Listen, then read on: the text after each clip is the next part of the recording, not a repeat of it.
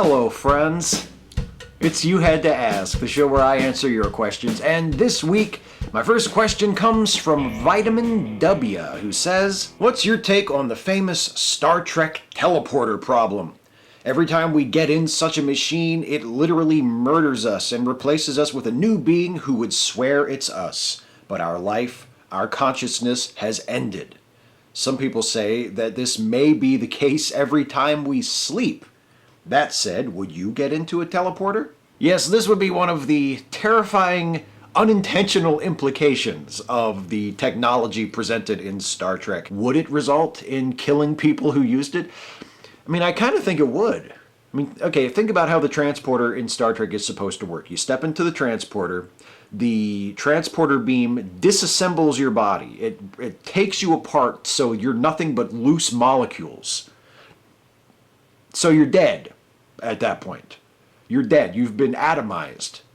And then it beams you down to wherever you're beaming to, and you are reassembled. Your molecules are put back together so that you are apparently the exact same person you were when you stepped into the transporter pad. But you died when you were disassembled, and in what sense can what was reassembled to look like you and think it was you still be called you?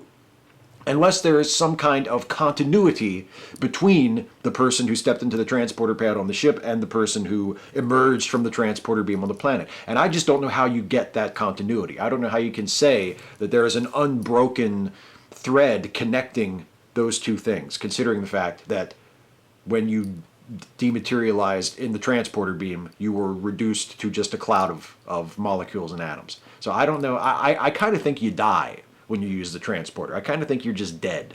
And when you materialize down on the other end, it's something else. It's another person that looks and sounds exactly like you and thinks that it is you. But it's not actually you. You're dead.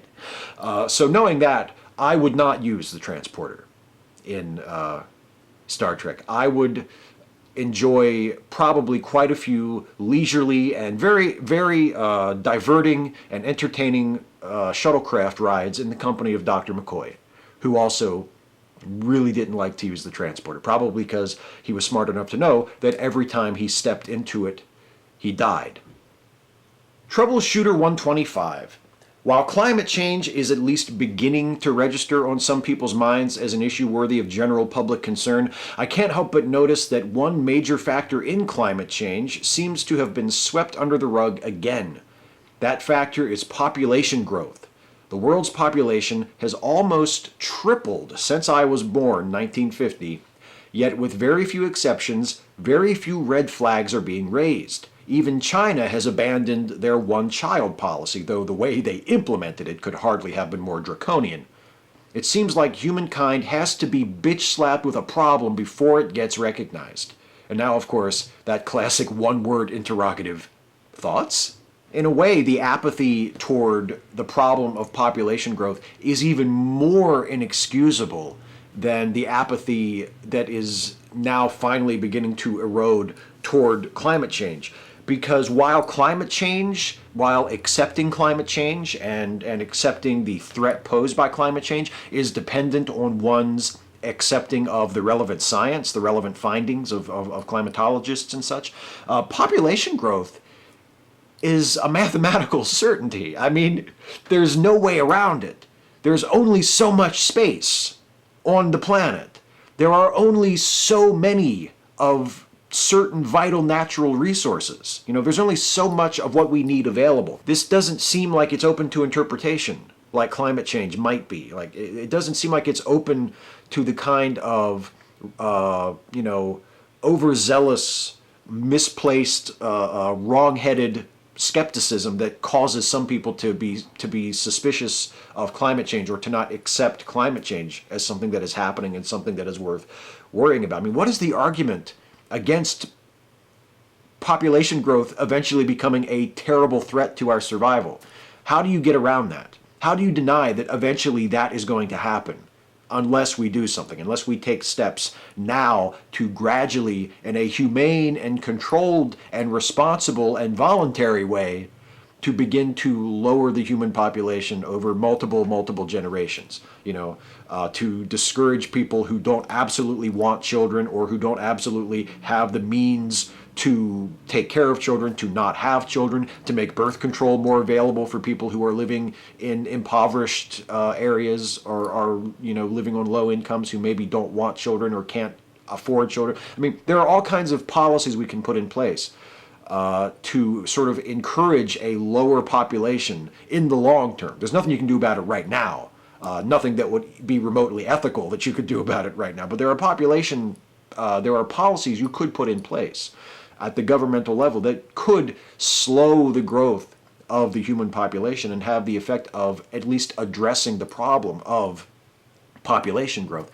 And we're not really doing any of that, and in fact, the problem isn't even really being discussed. And it's, to me, even more astounding than the denial of climate change, because the population growth thing is a certainty. Chemistry student, what are your thoughts on suicide by terminal medical patients? I have a terminal cancer diagnosis, but I still have some time left, and I've been pondering my end. I can't think of a solid moral, ethical argument why deciding to end my own life is not my own decision. I can only think of emotional reasons to not kill oneself. And I'm curious what your thoughts are. Well, first of all, I'm terribly sorry to hear about your diagnosis. I wish you nothing but the best. Hopefully you can be around for a while and have some quality of life, in the time, when however much time you have left. That's just terrible to hear. It's your decision, as far as I can tell, as far as I'm concerned. Like you, I can't think of a moral argument why you or anyone who is in your situation should not have the right to decide when and how to end your own life. There are questions. There are always what ifs. There are always, what if there's a treatment you haven't explored that would work, that would cure you or give you some more years or take away your suffering or whatever without having to take that final step of suicide. But those are questions that I think you should grapple with. And your answer to those questions and your decision of what to do should ultimately be yours. I mean, your life is your own, and it should be up to you what you do with it, including how you end it and when you end it. But the emotional reasons to not kill yourself, those shouldn't be disregarded. I mean, if you find a reason to not kill yourself, if you find a reason to continue to live in this world, whether that's an emotional reason or whether that's some sort of logical reason, I'm not even sure what that would be. Either way, that's up to you. An emotional reason to not kill yourself, to forego elective suicide, that just because it's an emotional reason doesn't mean it's a bad reason. Even if the only reason you can think of to not do it is that you just don't want to die, that can be enough, if it's enough for you. Patrick Dodds, Steve, do you like any, most, or all of the Larry Karachevsky and Scott Alexander penned biopics? If you're not automatically familiar, they penned Ed Wood, The People vs. Larry Flint, Man on the Moon, the one with Jim Carrey, not Reese Witherspoon, and Big Eyes. Do you have a favorite of those? Also, do you think they'd make a good subject for your excellent late seating podcasts? Of those films, my favorite is Ed Wood. I really, really like Ed Wood. It's one of my favorite films from the 1990s, and it probably is my favorite Tim Burton film. Either that or maybe Edward Scissorhands. I have a very sentimental, treacly chamber of my heart that likes Edward Scissorhands a great deal. But yeah, Ed Wood is fantastic. It's a fantastic movie, one of my favorite Johnny Depp performances, and just a really terrific movie. So that would be my favorite of those that you listed in your questions. It's been a long time since I saw The People vs. Larry Flint. I remember liking it. I don't think it was a masterpiece or anything, but I remember thinking it was good, and I feel the same way about Man on the Moon. I'm a big fan of Andy Kaufman, so I kind of feel like if you were going to make a movie about Andy Kaufman, it should have been better than Man on the Moon, which seemed like just sort of a middle-of-the-road biopic. But it wasn't bad. It was all right. I have no huge complaints about it. other than it wasn't as brilliant as its subject. But that's sort of a problem very common with biopics. And I saw Big Eyes actually just recently, just last year, and I thought it was really interesting. I don't think I would say it's a great movie, but I really liked it, and I thought it was a very interesting movie. Kind of ended up going in a very predictable pedestrian direction with sort of the courtroom scene resolution stuff, which I thought was a shame. But yeah, I mean, I don't think any of them, with the exception of Ed Wood, that I really, really do like, I don't think any of them are great movies, but they're solid. You know, you can watch a movie written by this team of screenwriters and be assured that, you know, it's not going to be a waste of time.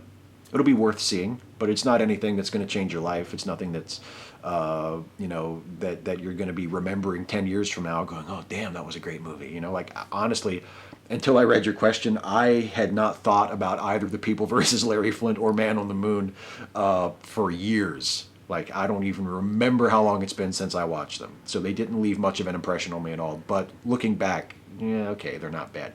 I don't know if any of them would qualify for the quite strict and rigidly adhered to criteria for the Late Seating podcast.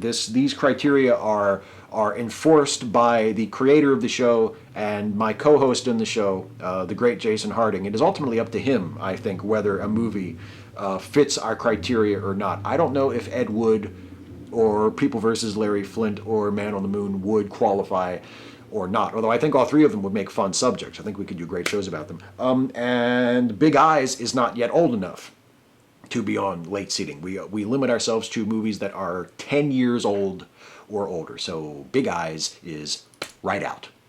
Rockin' Rob 210. Hey Steve, big fan of your work. In particular, I love your Steve and Stuffy videos. How do you come up with the characters? Do you plan one out in advance, then pick out the stuffed animal? Or do you pick out the stuffed animal and then make up the character? Where do you get your stuffed animals from? Who is your favorite character? Mine is Jack McPherson. For the most part, the characters in the Steve and Stuffy videos existed and were established before I ever put them in videos. You know, they were stuffed animal characters that had been used for sort of self-amusement before they found their way into the videos. I think the characters of Millicent and Prospector Jones were purchased after I started doing the stuffed animal videos, and their characters were introduced after, you know, the Steve and Stuffy videos were already a thing. But Stuffy, Toby Benson, Jack McPherson, they were all sort of, they already had personalities established before I used them for videos. So, yeah, and Wilhelmina is the same way. Even though Wilhelmina is a recent addition to the series, her character and her personality is something that has pre-existed those videos for quite a while. Who's my favorite character? I mean, my favorite character is probably Stuffy, because Stuffy was my dog, you know, when I was a little kid. Like, me and Stuffy in real life actually do go way back. He was my stuffed dog when I was a little boy, and we've been together for a while. So Stuffy's probably my favorite. But I like them all. You know, I write for them all. I think they're all delightful and wonderful in their own way. And I think they're all terrific. You know, it's hard to pick a favorite, but if I had to pick a favorite, it would be Stuffy. And I mean, really, he's the one who's in the title. Skullbearer, what do you think of the To Kill a Mockingbird debacle? I really like what Ghost Set a Watchman has done to the dialogue, because To Kill a Mockingbird is such a white wank fest that tearing down Atticus Finch is going to have people actually discussing how flawed the original story is. Do any black people speak to another black person if it's not about a white person? Why is a lynch mob being portrayed sympathetically? Why is Atticus being hailed as a saint for just doing the bare minimum for a decent human being? The book itself is a very good book, but it's been taken at face value without much actual deconstruction. To me, that idea of having Atticus in To Kill a Mockingbird, the story told through the eyes of a child, being this too good to be true, heroic parental figure who stands up for tolerance and acceptance and is, you know, a white person who fights on behalf of a marginalized, abused black person in the South. Like, to me, that fits, right? the version of Atticus is the idolized parent that many of us had for our parents when we were kids. And then the Atticus presented in Go Set a Watchman is the more realistic version of the parent that we have to come to grips with, that we are forced to discover as we grow up and we realize, oh shit, our parents aren't perfect. Our parents aren't saints. Our parents aren't heroes. Our parents do have prejudices. Our parents aren't always good people. We love them, we admire them, we owe them a lot, but our parents are not perfect. Our parents may actually not even be very admirable sometimes. That's a tough pill to swallow, especially if, as a child, you idolized your parents. You thought your mother or your father was just the most perfect, wonderful person in the world, and your role model, and you just can't handle the fact that, oh my God, my parent is not a perfect person. My parent is a deeply flawed human being. That, to me, is the genius of those two books. And I think it's also at the heart of why the backlash to Go Set a Watchman was so strong from so many people, because they saw it as I've read reviews of people saying this, and I've heard people say this in reaction to Go Set a Watchman, that, oh, she's ruining Atticus. They ruined Atticus because they needed Atticus to be that spotless hero. And it turned out, in the mind of the author and in the mind of Scout, the character that was his daughter, he wasn't. And that's a difficult thing to accept. We don't want that to be true. Just as we don't want that to be true of our parents, we don't want it to be true of Atticus either. But I think there's a great truth in that about the experience of many of us, about a very common part of growing up and living as a human being in this world. That we have to recognize and accept that our parents are not the wonderful, perfect people that we may have thought they were in our younger and more naive years. So I think, just generally speaking, that bit is very smart and very artful and very truthful. However, the next few minutes will be neither smart nor artful nor truthful, at least not truthful in that deep, transcendent human sense that I was just talking about. Why? Because, my friends, it's time for the lightning round. Rapid fire questions, glib and adequate answers. Bozo the Skeptical Hermit Crab. Here's another tough question. If you were Gilligan, and Gilligan suddenly developed a libido, would you make a move on Ginger or Mary Ann? I guess I was always more attracted to Mary Ann. But, I was never that big of a Gilligan's Island fan to begin with. Like, I don't consider myself staunchly a Mary Ann guy or a Ginger guy, but if I were Gilligan and I had to choose which one I was more attracted to, probably Mary Ann.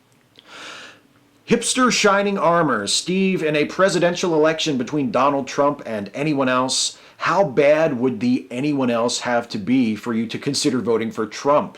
Murderer bad? Child molester bad? Red Sox fan bad? Or just someone who has a really annoying face like Piers Morgan? Man, if we're talking about Trump and then someone worse than Trump, we're already getting into Kang versus Kodos territory just there. Like, if you're saying my choices are Trump or worse than Trump, I mean, if that's the level that we've sunk to, or that's the choice, that may be one of those occasions, and I hate to say this, where why the fuck even vote? Like, why vote if the choice is between Trump or someone worse than Trump? Like, ooh, don't blame me, I voted for the other guy. If the other guy was worse than Donald Trump, or the other guy was Donald Trump, Jesus. Joanna Roberts, who would win in a fight, Mighty Mouse or Superman? Well, you never really want to bet against Superman, but I'll tell you this. If I were writing the story, Mighty Mouse would win. Number one, because Mighty Mouse would be the underdog, and I like underdog stories. I like underdogs overcoming the odds, So I would write Mighty Mouse to win. Also, I would write it so that it was Mighty Mouse fighting the version of Superman from Man of Steel. And very few things would give me more pleasure than writing a story where Mighty Mouse kicks the ever-loving shit out of the version of Superman in Man of Steel. That would make me very happy. Tendai Monomano. What is the best time travel vehicle? Which would you rather have, and would you use it to go through time to find the best cheeseburger? I personally would go back and tell my past self where my keys are. Well, I don't really watch Doctor Who, but it seems to me that the best time travel vehicle would have to be the TARDIS, because not only does it travel through time, it travels through space. And as Jason with a D has pointed out in his Opinionville series of late, when you travel through time, you also need a vehicle that can travel through space as well, because objects in space are not stationary. So if you travel to the Earth of the future will not be in the same place in space as the Earth of the past. So you need a spaceship. So when you get to the future, you can fly it back to where Earth in the future is, and then, get on with your time traveling adventure. So the TARDIS, I think, is a must in terms of time traveling vehicles. Also, would I use it to find the best cheeseburger? No, I would probably run like a Back to the Future 2 scam, like Biff did, was stealing the sports almanac and going back in time and making a fortune gambling. I'd probably do something like that. And it would work out fine, just like it did for Biff. Lucas Hackett, One Angry Brony. Hey Steve, which dance do you want dead? The Macarena, Gangnam Style, or the Electric Slide? They're all three kind of dead anyway, aren't they? Is anybody doing any of those dances at this point? Like at a major level? Are any of them culturally relevant? They all pretty much, burned out and died very quickly on their own. However, if I do have to choose one to maybe just erase from our culture altogether, it will be the Electric Slide.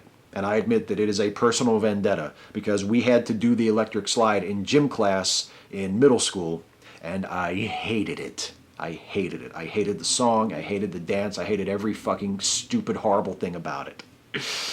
So I get rid of the Electric Slide.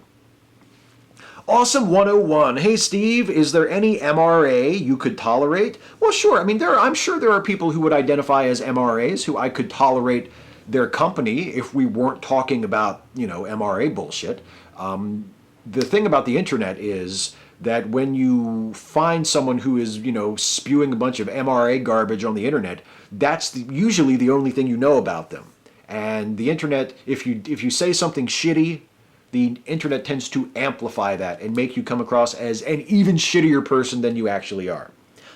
So in real life, are there MRAs who I could maybe get along with? We could go to a ball game, spend a nice afternoon drinking beer, watching the ball game. I'm sure. But on the internet, they all come across as huge fucking assholes. And just judging by their presence on the internet, no, there aren't. But in real life, yeah, who knows? Your friendly neighborhood feminist. Hey Steve, I am a woman and come from a very masculine background. I grew up on a farm and have 5 brothers. During dinner, I said I was a feminist. This resulted in an argument and they are refusing to talk to me. How do you think I should resolve this? I would say just give it time, let them get over it, let them work their little, tantrum out, and they'll eventually start talking to you again. I don't think that's something that would stop them from speaking to you forever and for all time. I would say just ride it out. I don't know what their problem is with feminists or feminism or what they've heard about it, but I think eventually they'll come around. I mean, all you did was say you were a feminist. You're not any different. You're the same person you've always been. Eventually they'll catch on, I think. Hopefully. Hey, fingers crossed. Der Wunderbar Bar. What's the most cliched mistake you've ever done? Like walking on a rake. I'm pretty sure I've walked into walls before. Like not looking where I was going. Maybe I was talking to someone or I was looking at something else as I was walking. I'm pretty sure I've walked into a wall before. One time I walked straight on into a rack of DVDs at the public library because I wasn't looking where I was going. I was like at full stride, just bam, fucking slammed right into it. Knocked all the DVDs on the opposite side off because it was one of those spinner racks. All the stuff that was on the opposite side of the side where I hit just went flying onto the floor. Somewhat embarrassing. Jack McMorrow. Obviously, there are one or two minor reasons not to support Donald Trump. Mainly, he's a xenophobe, doesn't give a shit about the Constitution, advocates torture even if it doesn't produce results, wants to combat ISIS by targeting members' families, etc. But I want to ask, would you support any other WWE Hall of Famer, including 2016's crop, for the White House? Could you even see a full ticket for POTUS and V POTUS? Yes, and actually I am currently writing a video on that very subject. I'm writing a video about WWE Hall of Famers who I think would make better presidents than Donald Trump. And the only reason I bring it up here in answer to your question is because that video is probably going to go up next week, and I didn't want you or anyone else watching this video to think that I stole the idea from you, Jack. Great minds think alike. And I was working on it. I've been working on it for a little while. I'm still writing it, but it's going to be shot and hopefully put up on my channel next week, maybe, I hope. So yes, I do have some ideas for WWE Hall of Famers who would be better presidents than Donald Trump. And you'll find out what they are real soon. That's it for the questions. Before I get out of here, it's time for a shout out. And the shout out this week goes to Dogma Debate, hosted by David Smalley. And in particular, the shout out is going to the YouTube channel of Dogma Debate, because even though Dogma Debate itself is a hugely popular podcast, it's been downloaded, I think in total, counting all of its episodes, it's been downloaded, millions of times. It's a hugely popular, influential, secular podcast. And it has a YouTube channel that for some reason only has like 3,000 subs, which is strange to me, because you would think that the YouTube channel of Dogma Debate would have a massive audience and would have a huge footprint on YouTube, which it definitely should have. If you've never listened to it before, Dogma Debate is hosted by David Smalley, and in addition to David Smalley, you also get to hear the excellent Alex Jules, who is just awesome. He's David's co-host. It features not only debates and arguments between atheists and theists. It also features discussions of issues that are of importance to the atheist secular community, including social justice related issues, progressive issues. It promotes informed, socially conscious conversations, and it features guests that reflect the diversity of the atheist community. People of color, women, people from religious backgrounds other than Christian, trans folk, you name it. A diverse roster of guests to really represent the many, many wonderful facets of the atheist secular community. So check out Dogma Debate if you haven't listened to it for some reason, and especially check out Dogma Debate's YouTube channel, which is oddly undersubscribed. I would love to change that. It's a really, really great show hosted by some really interesting people, and it is very, very, very much worth your time. Check out Dogma Debate. Also, speaking of podcasts, check out the Lemme Listen podcasts. They were even mentioned in a previous question on this show. The Lemme Listen podcasts are created by my friend Jason Harding, aka Jason with a D, the puppet master of Opinionville. There are 3 Lemme Listen podcasts. There's Lemme Finish, which is co-hosted by the great Finite Atticus. There is American Monsters and How to Destroy Them, the hilarious improv comedy podcast that is a cross between Twin Peaks and Coast to Coast AM. And there is Late Seating, the movie review podcast that Jason co-hosts with me. And coming up this week, actually, it should be uploaded this very day, the same day that this video is being published, our new episode of Late Seating is a review of perhaps the granddaddy of all modern superhero movies, Richard Donner's Superman the Movie, starring Christopher Reeve and Gene Hackman and Margot Kidder and Marlon Brando. Just one of the great superhero films of all time, and it was such a fun episode to record, and I highly recommend that you check out our review of Superman the Movie on Late Seating and listen to all the episodes of Late Seating and all the episodes of all the Lemme Listen podcasts by going to LemmeListenPodcasts.com. Check them out. They are awesome. You will not be sorry. Thank you very much. That's it for me, everybody. I'm out of here. Before I go, I want to remind you to please leave a comment on this video asking me your question for next time. Ask me anything about anything. Nothing is too serious. Nothing is too silly. I will answer as many of your questions as I possibly can in the next video. So until then, take care, everybody. But there's just one more thing. And that thing is this. I hope you enjoyed this video, everybody. If you did, please like it and share it and subscribe to this channel if you're not subbed already. And also please consider helping me to make more videos like this one by supporting this channel through Patreon. You can go to patreon.com/Steve Shives to become a patron. Thanks again for watching, and I'll see you next time.